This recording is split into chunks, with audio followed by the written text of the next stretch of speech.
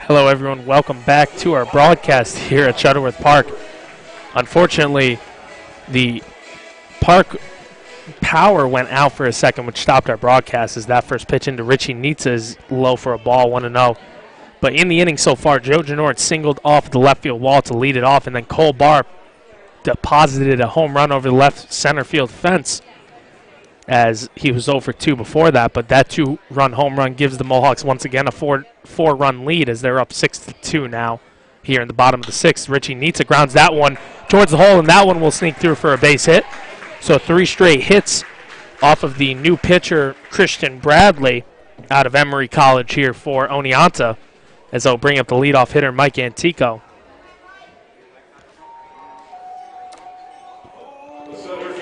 Antico, in his last at-bat, deposited a home run over the left field wall. An opposite field shot. And it looked like Orndorff on that last home run there by Cole Barr had a shot at it. He certainly went back and made the leap, and it looked like it actually went off of his glove. Yeah, it looked like he had it lined up and he would have had a robbed home run if he were to catch it, but he, unfortunately for Oneonta, could not hang on. As that one misses low to Antico, it's 1-0 here to the center fielder. We mentioned he homered his last at-bat, 1 for 2 on the night. He has scored 2 runs as well as he was hit by a pitch and came around to score on an RBI single by Michael Ludwig, as there's a check of Richie Nitsa at first, but he's back in safely. As it's a 6-2 lead here for the Mohawks in the bottom of the sixth. Antico looked like he was going to go around a bunt. Ball's in the dirt. Throw down to second as Richie Nitsa slides in safely, and he stays on the base. As that wild pitch will allow Nitsa to reach.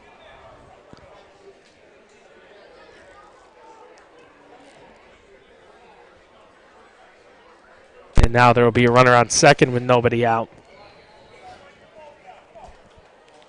And Antico here, I think either way will probably lay down the bunt, even with the hitter's count. You either get the runner over to third, but with Antico's speed, he probably has a pretty good shot at getting on first base. Yeah, he did say his hamstring was bothering him, though, earlier in the game, so I wouldn't be surprised if he wasn't able to leg it out. But either way, he's swinging, and he fouls that one out of play. He'll be now 2-1, as he wasn't given the sign there. I think Coach Griffin now is confident enough in Mike Antico's hitting that he thinks that he'll be able to at least move Richie Nitsa over just swinging the bat regularly. But, of course, we mentioned earlier in the broadcast, it is really cool to see him drop down those drag bunts as he has that speed. And there he goes trying to drop it down, but it will be fouled off, and it'll now be 2-2, so he'll probably be swinging away. And I think Antico on one leg could still beat me in a race. So oh, yeah, absolutely. I would agree with you there. I think that we could both run a leg of a race where he runs both legs and he'd still beat us. As he's certainly the speedy left-handed hitting outfielder out of St. John's University. Matches the speedy 2017 St. John's Mohawk, John Valenti, who currently has a 13-game hitting streak in the Gulf Coast League for the Gulf Coast League Tigers. So that ball missed in the dirt. It's now 3-2 here to Antico. As we have a nice sunset from the tinge of the sun hiding behind the trees. Beautiful night for baseball here as it's cooled off nicely. We're in the mid to low 70s. That one is ripped to first base, so Mike Antico moves the runner over. He will be put out for the first out, but he does his job. As they'll bring up Richie Barella. Barella so far is 1 for 3 today. He had an RBI single in the second, but was stranded at third base. Richie came into tonight hitting .362, but he's only 1 for 3 so far tonight, so he will need at least another hit to improve on that, as that first pitch curveball is in there for a called strike 0-1.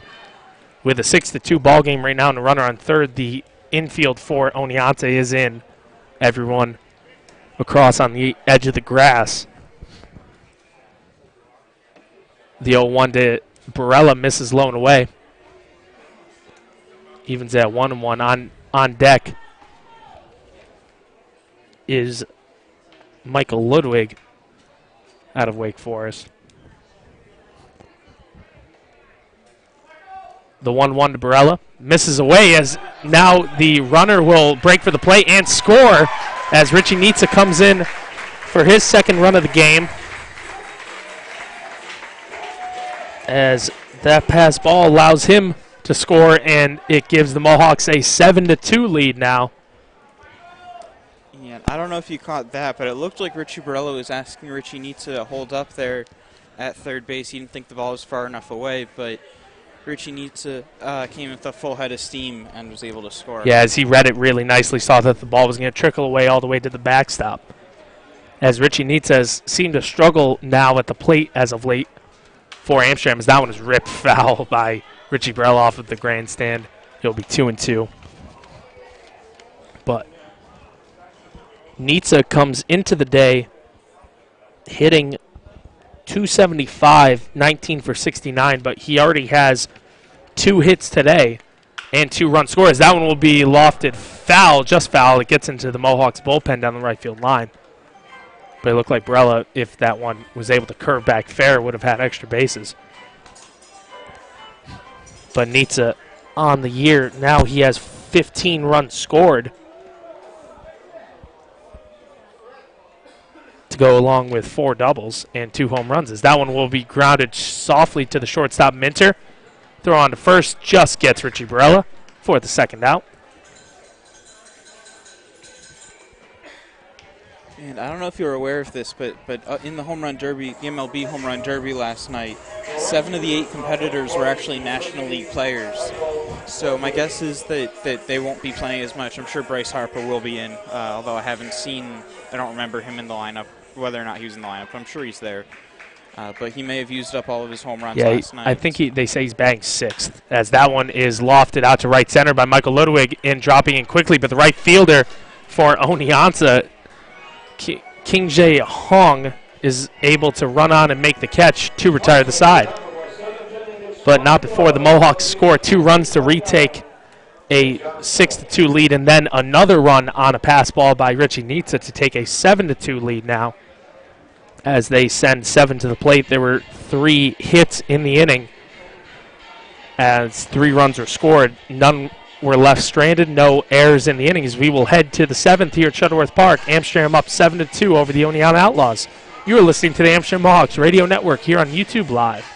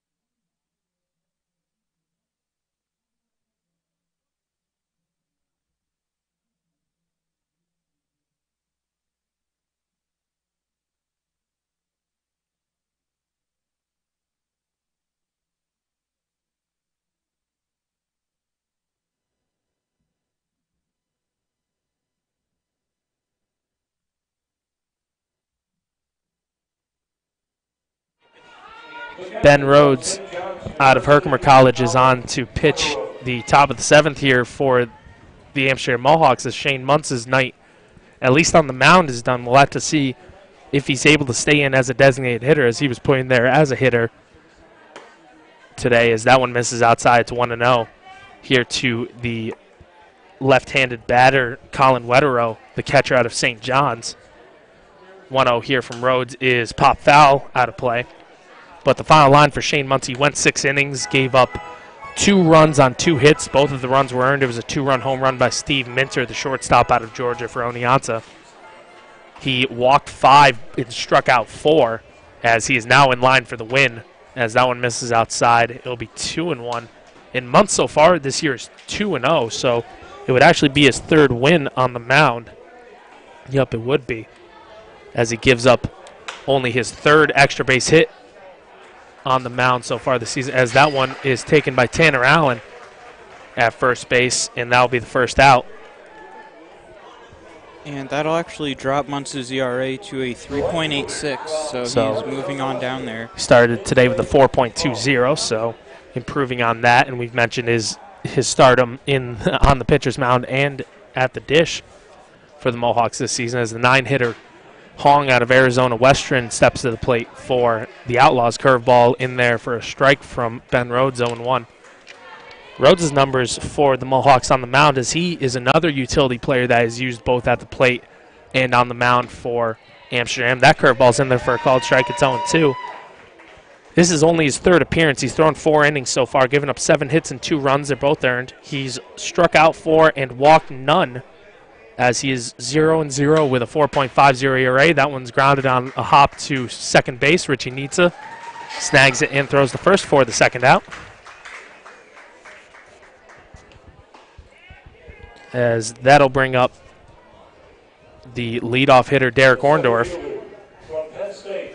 who almost made a crazy catch on Cole Barr's 2-run home run in the bottom half of last inning, as it was a long hit ball, of course, to left center field, and it just snuck over the wall, and it looked like Orndorff was going to be able to outreach and snag it over the wall, but it probably knocked off his glove. Of course, we don't have a great view up in the stands here behind home plate, as that one misses away to Orndorff. It's 1-0. But it seemed like he gave it his all and had a chance, but just couldn't make the snag, as that 1-0 is ripped foul down the left field line. Almost a nice snag by the third base coach for Oneonta, but he can't get it.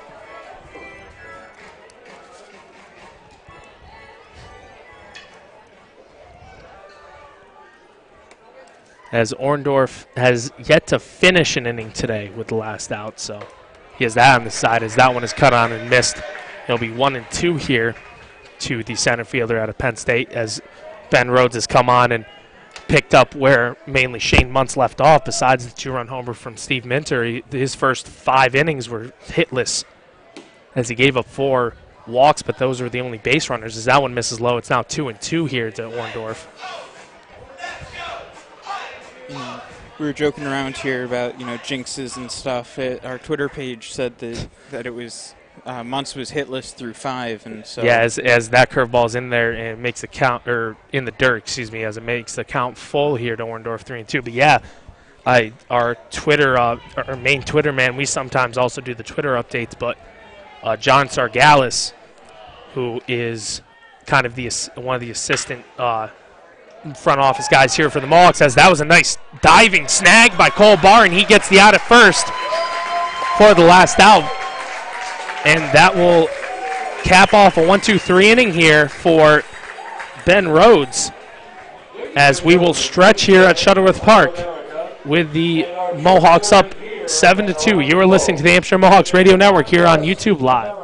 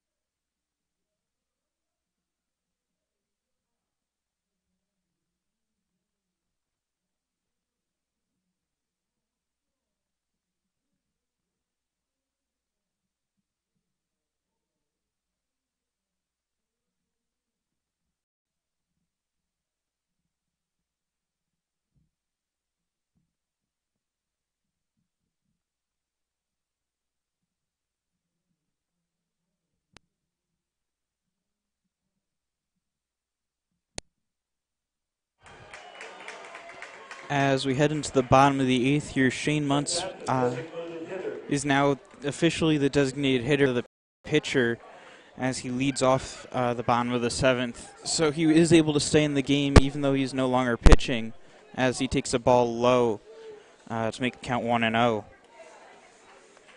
Other than that, the lineup should stay the same as far as we know, but yes. As I lost the stream.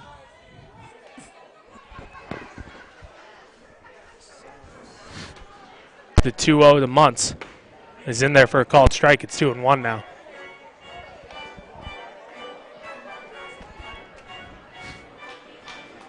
Shane at the plate, of course, he throws 6 innings of 2-run ball, but he's also 2 for 3. That one is fouled off of one of the sky decks over the first base dugout, but it looks like everyone's okay. He'll be 2-2 here. But we never ended up picking up our All-Star game conversation. As who do you think is going to win, the NL or AL? As that one is kind of missed by Muntz. He's down with his second strikeout of the day. You know, I think, like I said, that the home run derby really cut into the NL lineup more than the AL. So I could see the AL winning again, although honestly, I don't quite want them to, being an NL fan. Right, of course. But with it not mattering anymore for home field advantage in the World Series, I guess it doesn't really matter. It's more for fun. I think the NL pitching lineup with Scherzer and DeGrom back-to-back. I heard DeGrom's coming out first out of the bullpen tonight. I think it'll be a pretty low-scoring game. Yeah, at least the start, as that one hits the batter Tanner Allen, who prior to this at bat was 0 for 3, so he's on for the first time this game with that hit by pitch. As the pitcher Bradley out of Emory College will now face off against Justin Foscue, who is 0 for 3 so far today. He is the recovery hitman, so he can still get a hit and win everyone a coupon to Recovery Sports Grill on Route 30 in Amsterdam. That being said, in an unbiased perspective, I think the AL will take this one again. I think it's 7 straight right now. Yeah, as they have always dominated, as that one is in there for a called strike. It's 0-1. But we've seen that more also because in the AL they've had to work to have just a better hitting squad overall with the designated hitter spot. As that one is caught and missed by Foscue, and it looked like it was fouled off of the umpire. His mask now falls off, and he'll need a minute. As I think the call will be foul, but as our trainer Carla comes out to tend to him, he might have just taken one in the nether region. Of course, that never feels good. And as Coach Keith Griffin comes in to check up on him too. I believe that this is the 85th All-Star game right now, or 87th. It's an odd number. And the NL and AL are actually tied right now, whether it's 42-42 or 43-43, I forget. But so whoever wins tonight gets the lead overall. That being said, like we've mentioned, the AL is on quite a streak. So it's the umpire rocking the baby blue, powder blue shirt, which I like of an umpire. Yeah, it's probably better than black on the umpires, especially with the heat at the start of the game. That and Oneonta is wearing completely black uniforms, so the light blue does add a little bit of contrast to the field, making sure nobody throws it to the umpire accidentally instead of a second baseman or a first baseman, as he looks to be okay, just shaking it off. Yeah, as it looks like we'll still be able to play here. Of course, bottom of the 7th. Mohawks up 7-2 here. Trying to hold the lead and maybe get some insurance. Foscue still up to the plate. 0-2 count to him, 1 out. And Allen is now returning to first base as somebody caught on to the fact that he was at second. Yeah, he was trying. I admire his moxie of trying to sell it, but it was a foul ball off the umpire. So it's one of those, I wasn't going to mention it if you wasn't. So don't ask, don't tell. As Allen on first here with his Mississippi teammate, Justin Foscue, at the plate. The 0-2. That one misses low, and now it's 1-2.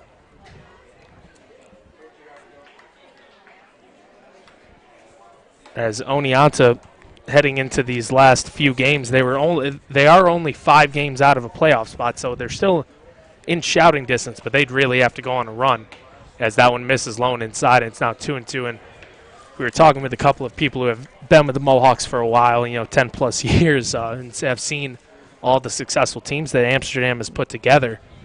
And this season, they still have a very talented roster, but compared to the rest of the league, the rest of the East Division probably isn't that good. And that one gets through the wickets at third base. Cassius Young lets that one through, as that will allow Allen to get to third and Foscue to get to second, as that would have been at least probably the second out, either maybe not around the horn for a double play, but probably at least the out at first for Foscue that's fielded cleanly.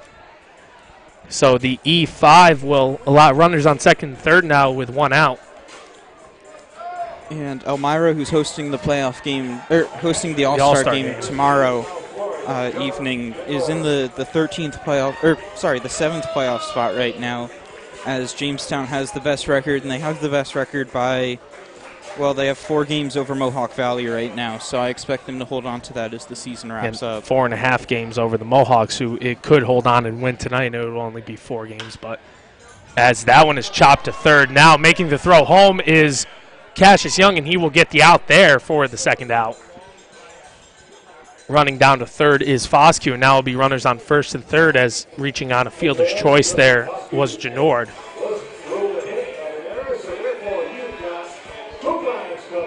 But the out on a 5-2 put out for the second.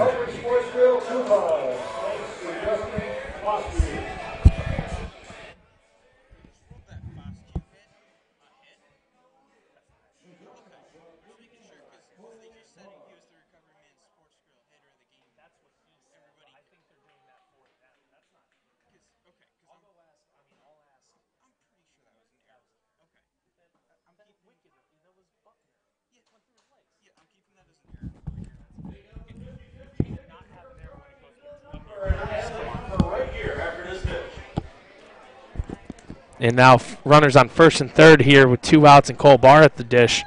In his last at bat, he deposited a 2-run home run over the left center field wall that Derek Orndorff barely missed on robbing. But that has Barr now on a 1-for-3 day with 2 RBIs. Now 2-1 count to the Indiana shortstop. As it was announced here that the Foscue play was ruled a hit, but Justin and I both would rule that an error, as it went through the wickets of Cassius Young at third base. And I think on a ball that slowly hit, you can't really let that get between your legs. You got to at least knock it down to not have it ruled an error on your against you, as it's now a 3-1 count. As that one is lifted high and deep to right field. Ranging back is the right fielder, Hong, who makes the catch. And that will be the last out. So that retires the side. As Cole Barr gives another one a ride, but a nice play by the right fielder, Hong, will get us to the 8th inning here at Shuttleworth Park. Mohawks up 7-2, as the Mohawks score no runs as they strand 2 on no hits. As we will head to the 8th here at Shuttleworth Park. You're listening to the Amsterdam Mohawks Radio Network here on YouTube Live.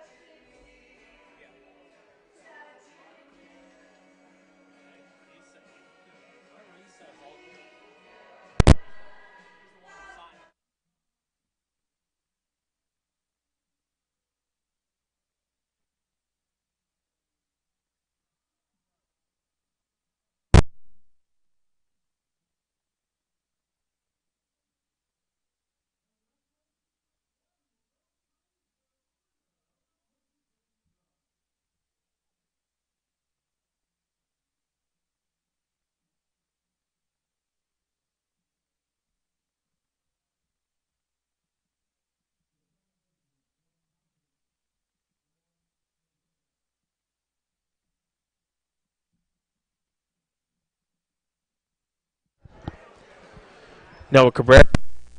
Second baseman for Oneonta, Townsend. University will lead off the top of the eighth here against Ben Rhodes, who stays out there. First pitch curveball in there for a call strike. 0-1. We now have a different ruling received word from the Mohawks dugout that will actually rule that ball hit by Justin Foster went hit down the left line. So that gives him a double in his first game as that one misses.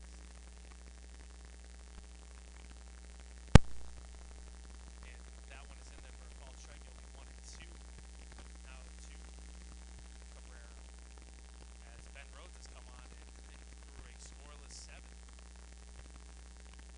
has picked up right where he left off. As that one is caught and missed by Cabrera, but gets away from the catcher Jordan and gets really far away, and he won't have a throw down. So Cabrera strikes out, but will reach base on the wild pitch.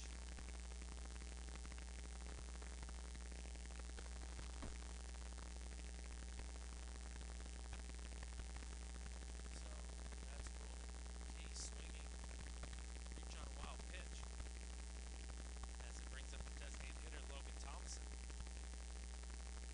Thompson so far is 1 for 2 today. He hit a double in the sixth in his last at bat, but was stranded. Or excuse me, he scored on the Steve Minter 2-run home run. He's 1 for 2 runs total.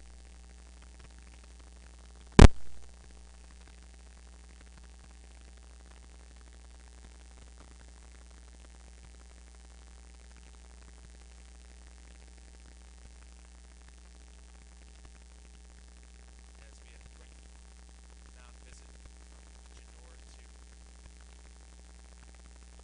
Rhodes, they now reset as the first pitch into Thompson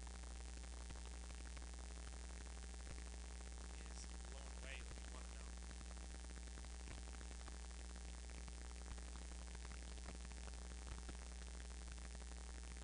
Thompson came into today for Oneonta as the 1-0 into him, and misses in the dirt. He goes all the way back to the backstop as I allows the runner Cabrera to get down to second. Thompson came in hitting .357 in 56 at bats. He has 20 hits, 7 runs scored, 4 doubles, 1 triple, and 7 RBIs. As he currently leads the guys in the lineup right now for Oneonta in batting average, despite not qualifying for the league or anything like that. As we'll now have a pitching, or excuse me, mound visit from Coach Keith Griffin with Ben Rhodes. 2-0 count now as Rhodes has bounced the last couple of pitches in.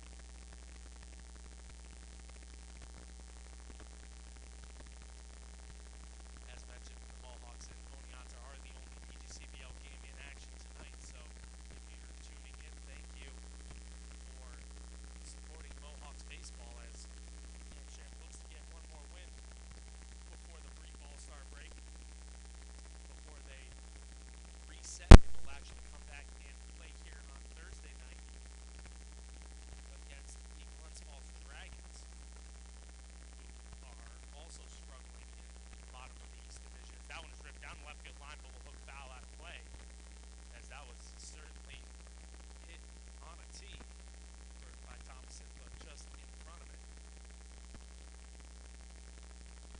As Oneonta with a runner on second, nobody out, of course, looking to get any runs they can here with only 6 outs to work with. The 2-1 in from Rhodes, cut on and missed by Thompson. He was upset at himself. He was out in front of that pitch as he evens at 2-2.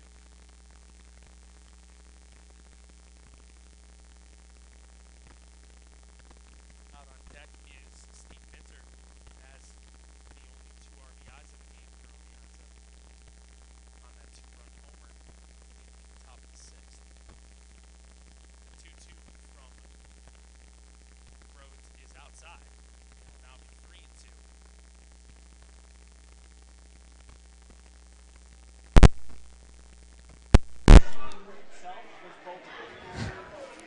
As Rhodes, of course, like many other Mohawks, slows down with the runner on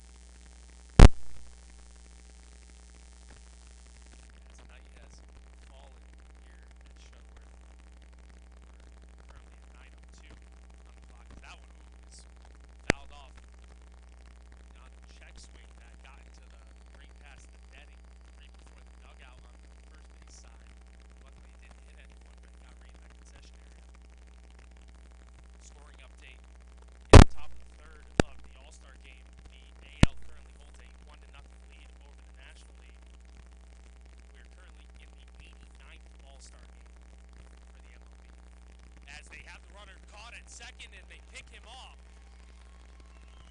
As dancing off too early was Cabrera. And now the runner in scoring position is once again erased for Oneonta for the second out. As now Minter continues to bat 1-2 count here. Now nobody on and 4 outs to work with for Oneonta, down 5.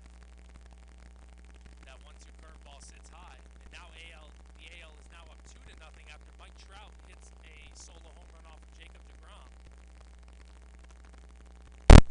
And in the top of the second, it was actually Aaron Judge that hit a solo home run to give the AL their first run, as that curveball is in there for a called strike. And now it's 2-2, as it was a 2-1 count, it looked like before that. So now it's 2-2, but now the NL down 2-0 after Max Scherzer and Jacob deGrom moved. There was a huge argument on who should start the All-Star game. Both of them had very good numbers. That one's ground to foul number. They'll stay 2-2 here with 2 outs. But now both of them hasn't given up solo home runs to two of the most prominent sluggers in the game. As we've seen that sort of trend this season with more and more home runs and extra base hits happening. People always like to theorize of whether or not the balls are juiced or the mound lowered and all this other stuff, but you can't really argue with the fact that there's just been a real onslaught of power hitters as of late that will be the new stars of tomorrow in the MLB, as that one missed the Smith here. It's now 3-2 to the shortstop here with 2 outs, full count. That curveball is lifted into the air in right center field. Racing back is Michael Ludwig, who will make the catch on the run. And that will retire the side. So the Mohawks allow a base runner there on a drop third strike. But Rhodes faces the minimum as we will head to the bottom of the 8th here at Shuttleworth Park. 7-2 over the Oneonta Outlaws. You are listening to the Amsterdam Mohawks Radio Network here on YouTube Live.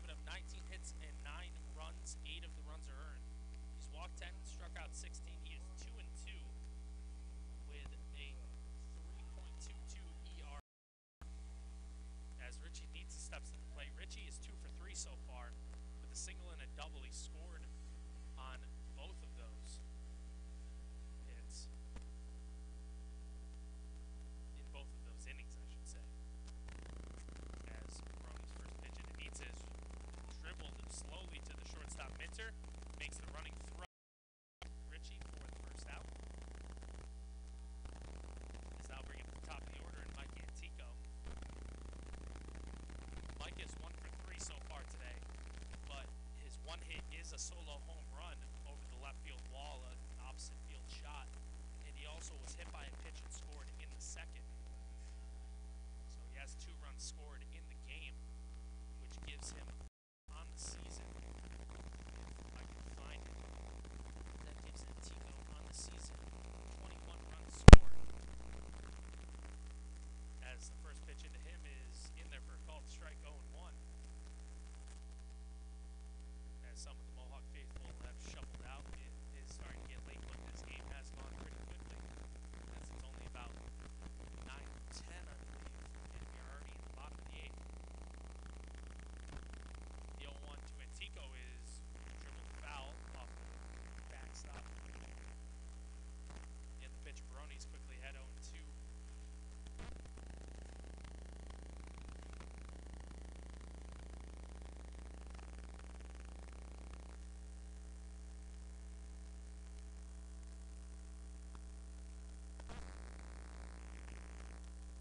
As Mike's waving his bat. Cuts and misses at that one, as that one was away.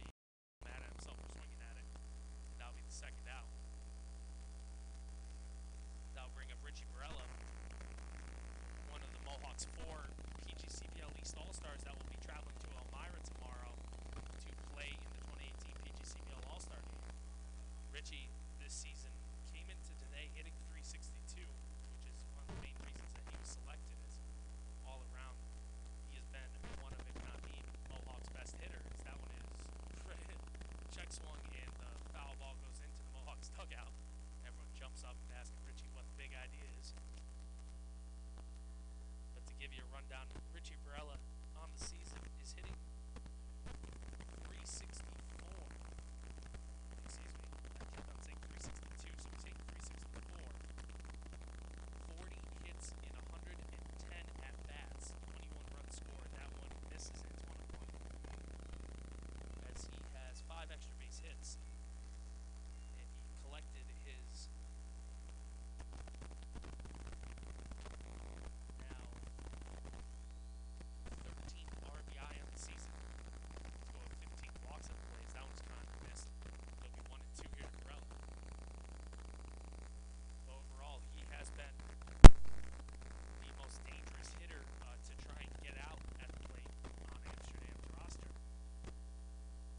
As certain guys have come on as of late, like Shane Munson, Michael Ludwig, and even Elvis Presley Jr. That one's kind of missed by Barella, but he has been one of the most successful in reaching base in the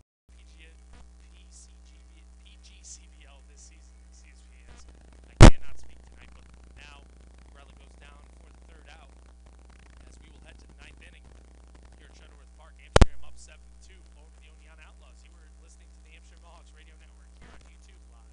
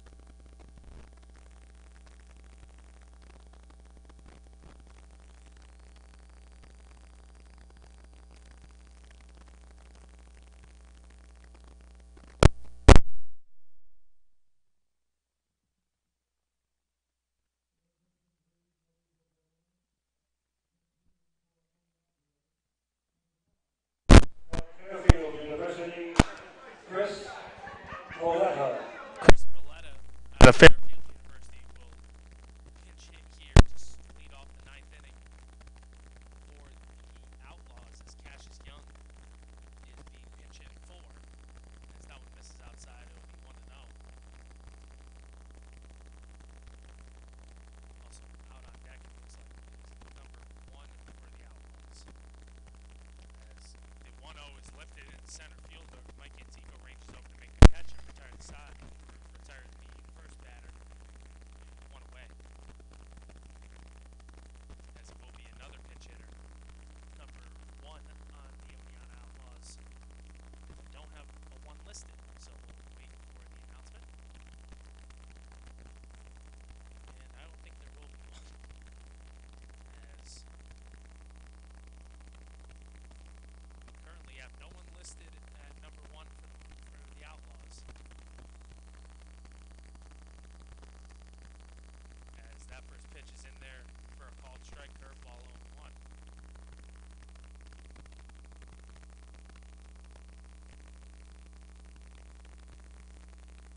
As our mystery batter will be named John Smith right now, so that one is in there for a called strike. It's 0-2 now. But we'll get the updated name at least by the end of the game, so that way the stats will be correct at the end. But right now we're not completely sure who the batter is. But either way, he cuts on and misses a pitch for the second out.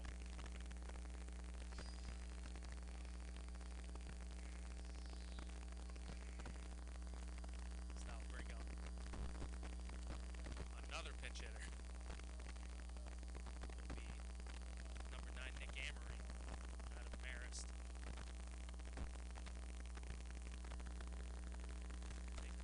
Just finishing up his freshman season there at Marist, so he will be a sophomore. As that first pitch in for Ben Rhodes is in there for a called strike, it's 0-1. This, of course, is not a safe situation for Ben Rhodes. He's been in the game for 3 innings as well as the Mohawks are up by 5.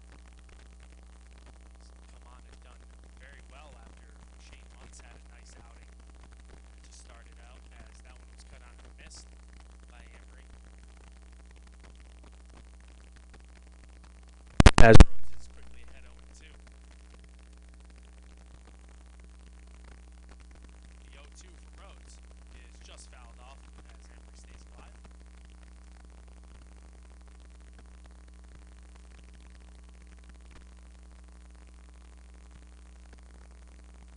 As we've had 3 pinch hitters here in the top of the 9th, and the first 2 could not do anything against Ben Rhodes. As now Amory's down 0-2. That one misses, blown away. It'll be now 1-2.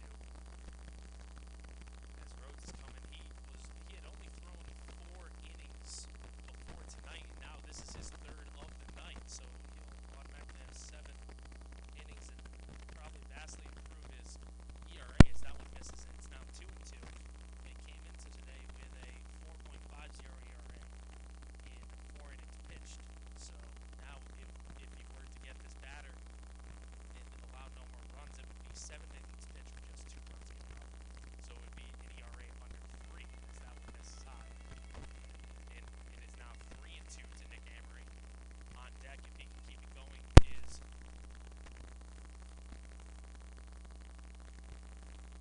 another pinch hitter. It looks like is 3-2 to Amory, misses inside, so he's on with a 2-out walk. Yep, as he'll bring up number 19 on Oneonta. That'll be Steve Cantarani, who is out of Herkimer. So Ben Rhodes, who currently goes to Herkimer College, is now pitching to his college teammate, Steve Cantarani.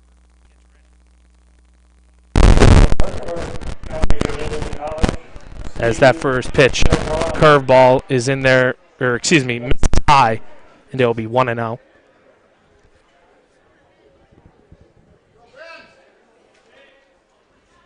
As we've had 4 pinch hitters here in the 9th, as Oneonta tries to get everyone some at-bats, as that one looked like it would be down the left field line for a base hit, but it hooks just foul before reaching the base. It'll be 1-1.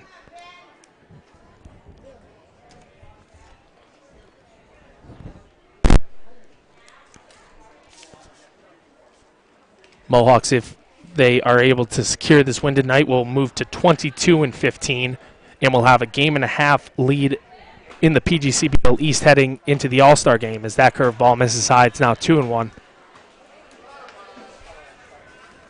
We mentioned, of course, with us being the only PGCBL contest tonight, no one else will move up or down, as that would also give the Mohawks a better record than the Mohawk Valley Diamond Dogs, as that one is kind of missed by Cantorani, and it's 2-2. So the Mohawks would, I believe, by percentage points have the second best record in the league, but they would still be trailing the Jamestown Jammers, who have a 25-10 record, as that 2-2 is cut on and missed, and the Mohawks take this one 7-2. Ben Rhodes finishes up a stellar pitching performance by Shane Muntz with 3 innings of scoreless relief, as Shane Muntz went 6 innings, gave up only 2 runs, a 2-run home run by Steve Minter, as the Mohawks on the offensive side continued their hot streak as they put up another 7 runs tonight after putting up 7 last night. Highlights include home runs from Mike Antico, Cole Barr, and Joe Genord.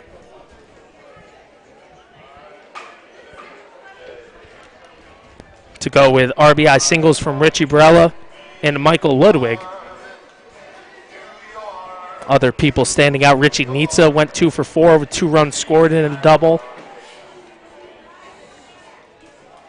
And Shane Muntz also did it at the dish, as he had 2 hits of single and a double, going 2 for 4 to go along with his stellar pitching outing, as this will be the last home game here before the PGCBL All-Star game tomorrow. But you don't have to wait too long for the Mohawks to have another home game, as they will be back here Thursday to take on the Glens Falls Dragons. It will be Faith Night and also Town of Glen Night. So come out here, and excuse me, I misspoke with that. It will actually be, if I can find it here, on Thursday it will be Heroes Night, sponsored by Rick's Robo Car Wash, Free Lollipop Night, Senior Night, and Baseball Bingo to go along with Thirsty Thursday, which we always do, buy one, get one, Bud Light giraffes. So come on out to Shuttleworth Park, see some great baseball. Start off the Mohawks post All-Star break, as we will have updates on Twitter and Facebook on how the Mohawks All-Stars do tomorrow in Elmira. But for now, everyone here at the Mohawks, and for all of the fans, players, and coaching staff, we bid you good night. Your final score tonight, the Mohawks 7, the Oneonta Outlaws 2.